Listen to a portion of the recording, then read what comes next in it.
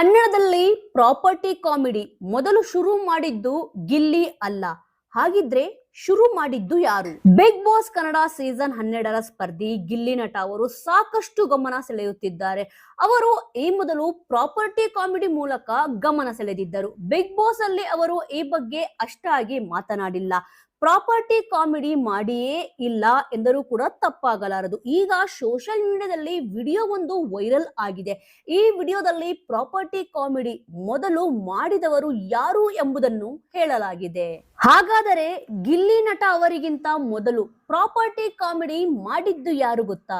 Property comedy ಎಂದರೆ ಎರಡು ವಸ್ತುಗಳನ್ನು ಇಟ್ಟುಕೊಂಡು ಅಥವಾ ಎರಡು ಶಬ್ದ ಇಟ್ಟುಕೊಂಡು ಅದಕ್ಕೆ ಹೊಸ ಅರ್ಥವನ್ನು ನೀಡೋದು. ಈ ರೀತಿಯ ಕಾಮಿಡಿಯನ್ನು ಗಿಲ್ಲಿ ಸಾಕಷ್ಟು ಬಾರಿ ಮಾಡಿದ್ದಾರೆ. ಈ ರೀತಿ ಮೊದಲು ಮಾಡಿದ್ದು ವಿಷ್ಣುವರ್ಧನ್ ಅವರು. ಸದ್ಯ ವೈರಲ್ ವಿಡಿಯೋದಲ್ಲಿ ಗಿಲ್ಲಿಯ ಪ್ರಾಪರ್ಟಿ ಕಾಮಿಡಿಯನ್ನು ತೋರಿಸಲಾಗಿದೆ.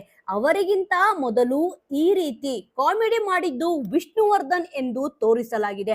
ಸಿನಿಮಾ ಒಂದರಲ್ಲಿ ದೋಸೆ ಹಾಗೂ ಈರುಳ್ಳಿಯನ್ನು ತಂದಿಟ್ಟು ಅದರಲ್ಲಿಯೇ ಅವರು ಪ್ರಾಪರ್ಟಿ ಕಾಮಿಡಿ ಮಾಡಿದರು. ಈ ವಿಡಿಯೋ ವೈರಲ್ ಆಗಿ ಸಖತ್ ಗಮನ ಸೆಳೆಯುತ್ತಿದೆ. ಅನೇಕರು ಇದನ್ನು ಒಪ್ಪಿದ್ದಾರೆ.